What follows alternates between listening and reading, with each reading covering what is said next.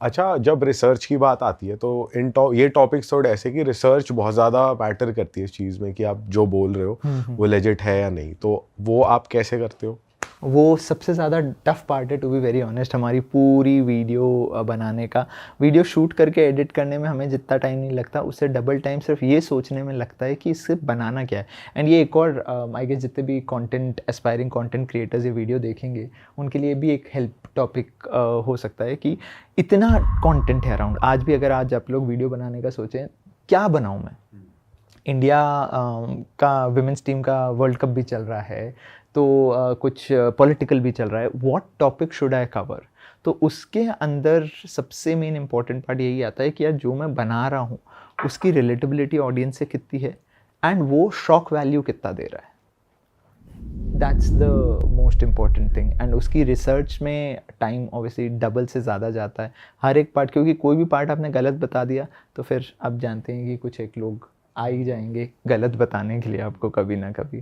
भाई थोड़ी बात आपके कंटेंट की करते हैं, जैसे हम अभी 1 मिनट कंटेंट की बात कर रहे थे जिसको आप बता तो 1 मिनट में देते हो, but I am sure research work थोड़ा ज़्यादा होता होगा, चीज़ें और भी ज़्यादा होती होंगी जो आप 1 मिनट की स्क्रिप्ट में नहीं डाल सकते। तो ऐसी आपकी एक वीडियो थी माउंट एवरेस्ट से रिलेटेड, उसकी रियलिटी, आई गेस उस पर बहुत सारे व्यूज़ आए थे, 15-20 मिलियन तो इंस्टाग्राम पे होंगे, बाकी यूट्यूब पे भी होंगे, बाकी और जो उठा के डाल रहे हैं उन पे भी होंगे। तो भाई वो फैक्ट इतने इंटरेस्टिंग है, मैं चाहता हूँ थोड़ी बात की जाए, आपने कैसे ढूंढा, क्या जो फर्स्ट टाइम सुन रहे हैं उनको थोड़ा बताओ उस मतलब मेरा इस देश के सभी लोगों से स्पेसिफिकली जितना भी, आई गेस आपका भी ऑडियंस ज़्यादातर यूथ बेस ही होगा, तो पूरे देश के यूथ से मेरा मैसेज भी यही है before I start on to the topic कि किसी भी चीज़ जो आप देख रहे हैं उसको राइट एंड राइट बिलीव मत करने लग जाइए। जो कुछ भी आज आप देख रहे हैं वो किसी टाइम, आज जो सच्चाई है वो किसी टाइम का झूठ भी हो सकता है, और आज जो आपको सच दिख रहा है वो हो सकता है आज का सच हो। सच कभी भी एक होता है ना कि भाई ये सच है, ये मेरे को दिख रहा है, बट वो सच आज है, क्या वो कल भी वैसा ही सच था? तो ऐसा ही एक माउंट एवरेस्ट वाला टॉपिक है कि भाई आज माउंट एवरेस्ट हम सबको पता है कि highest point in on the planet है, बट एक टाइम पे वो समुद्र के अंदर था। बट ओवर द ईयर्स अब लोग उसके अंदर अपना पूरा साइंस वाला पार्ट घुसाएंगे कि वो टेक्टोनिक शिफ्ट आया एंड किस तरीके से जब टेक्टोनिक प्लेट्स मूव करती हैं तो जो क्लिफ्स और वो बनते हैं, उस तरीके से जो पहले समुद्र के अंदर था फिर ओवर द ईयर्स वो बना और पहाड़ बन गया वो। ठीक है, बट सच तो ये है ना कि माउंट एवरेस्ट एक टाइम पे deepest part of the ocean था, एक टाइम पे था, अब वो आज की सच्चाई बन गई। तो जब माउंट एवरेस्ट जैसी चीज़ जिसे हम अपनी आंखों के सामने देख पा रहे हैं कि ये जो आज सच है वो कल झूठ था, तो बाकी चीज़ें हम कैसे बिलीव कर लें? तो वही सेम पार्ट हमारा सभी के लिए रहेगा। Do not just believe, first किसी भी चीज़ का आज प्रेजेंट है तो एक पास्ट भी होगा, पास्ट को जाके खोजो, देखो, बिकॉज उस पास्ट में बहुत सारी ऐसी चीज़ें निकल के आएंगी जो आपका किसी भी चीज़ को देखने का नज़रिया बदलेंगी। एंड हो सकता है जिस तरीके से आपको एक पूरे मैट्रिक्स में फंसाया गया है या डाला गया है, right from our schooling to education, आप सारी चीज़ें क्वेश्चन करने लग जाओगे। क्यों मुझे सिर्फ English, Hindi, maths, science, SST पढ़ाई गई, जबकि मुझे लोन्स, मुझे बैंकिंग, मुझे स्टॉक मार्केट, मुझे इतनी सारी और चीज़ें, मुझे how to become a billionaire, ये सारी चीज़ें पढ़ाई क्यों नहीं गई? जबकि ये सारी चीज़ें सिर्फ कुछ एक ऐसे लोगों के लिए रिजर्व्ड है स्कूलों में, जहाँ सिर्फ अमीरों के बच्चे, बिलियनर्स के बच्चे, सीक्रेट स्कूल्स जिन्हें हम कहते हैं, ये एग्जिस्ट करते हैं सीक्रेट स्कूल्स। मतलब अब वो सीक्रेट तो नहीं है क्योंकि आप जैसे आपको हमें पता है वो कहीं ना कहीं न्यूज़ में हर जगह आ रखा है, but again coming back to the same point कि फाइनेंशियल एजुकेशन हमारे स्कूल सिस्टम में नहीं मिली। आपके मिली? नहीं मिली। क्यों नहीं मिली? किसी ने क्वेश्चन किया कभी? हमें पढ़ाया गया इंग्लिश, हिंदी, मैथ्स, गाय हमारी माता है, हमको कुछ नहीं आता, वो वाला पूरा सीन हमें पढ़ाया गया, हम लोग उसी में रह गए। हमें स्पोर्ट्स में क्यों, हमें एक उस सिस्टम में डाल दिया गया कि पहले आपको स्कूल जाना है फिर कॉलेज जाना है। अभी हम लोग एक इंटरव्यू करके आए थे, वो दुबई के जो billionaire Rizwan Sajid, now he is a billionaire.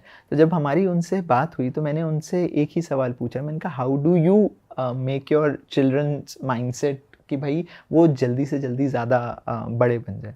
उनका माइंडसेट बहुत अलग है हमारे माइंडसेट से। उनका माइंडसेट है ही नहीं कि पहले स्कूल जाओ फिर कॉलेज जाओ। उनका क्या, भाई बच्चा 16 साल का हो गया है, इसको अब कमाने पे फोकस करो, इसको फोकस करो कि किस तरीके से बिजनेस किया जाता है।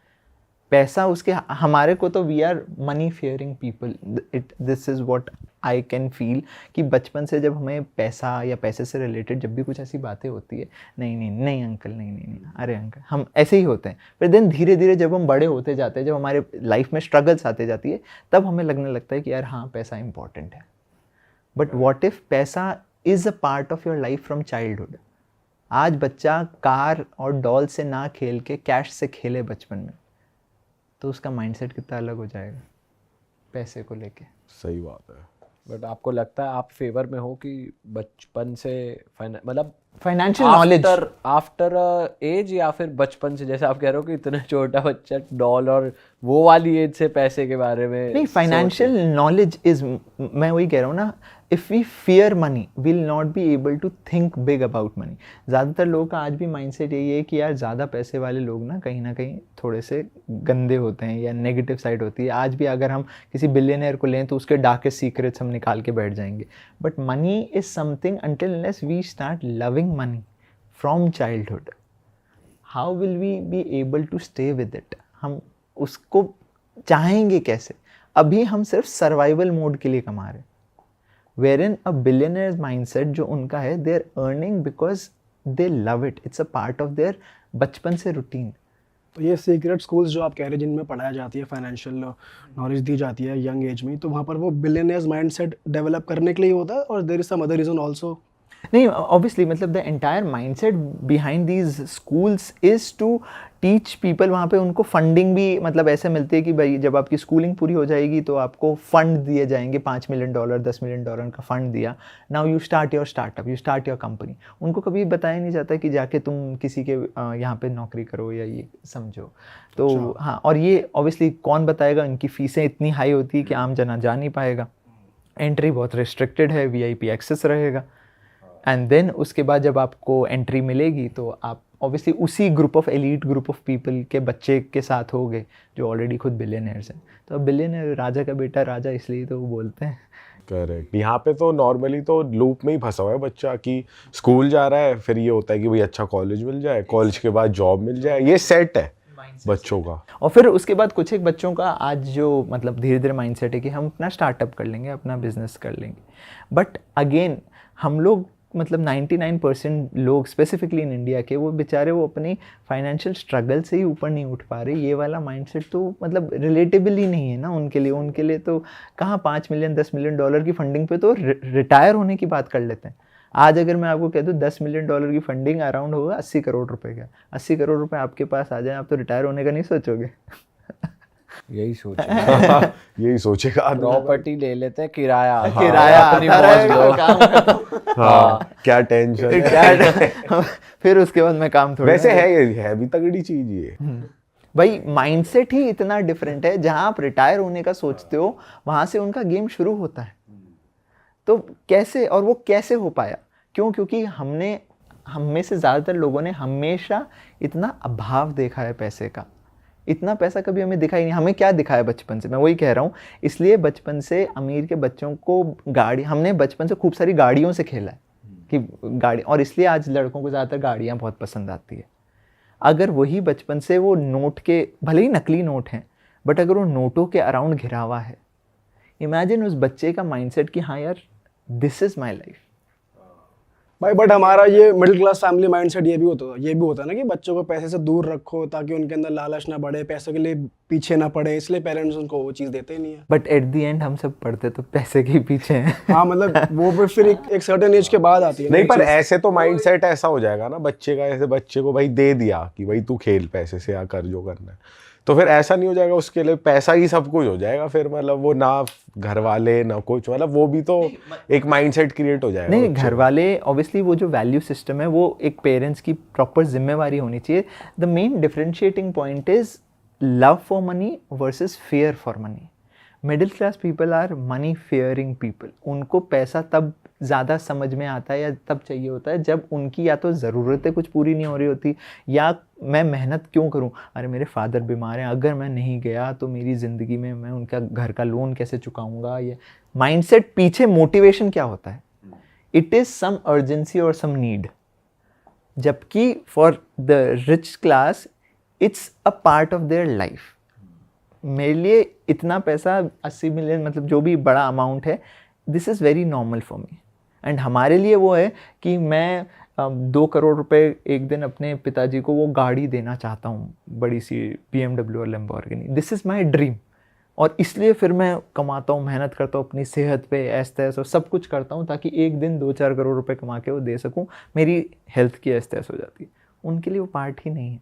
उनके लिए वो, that is why I am saying कि बचपन से अगर बच्चे को उतना पैसे के अराउंड आप रखो तो उनका माइंड, ऐसा नहीं है कि इसका मतलब ये है कि उनकी वैल्यूज़ और प्रिंसिपल्स आप ख़राब कर दो कि पैसा ही सब कुछ है, बट पैसे से बच्चा डरे तो नहीं, वो सिर्फ तब तो नहीं सोचे पैसे के बारे में जब उसके घर में कोई कंडीशन ऊपर नीचे हो। Yeah. अच्छा भाई, आपने टाइटैनिक के ऊपर भी एक वीडियो बनाई हुई है, वो भी बहुत ज़्यादा चली।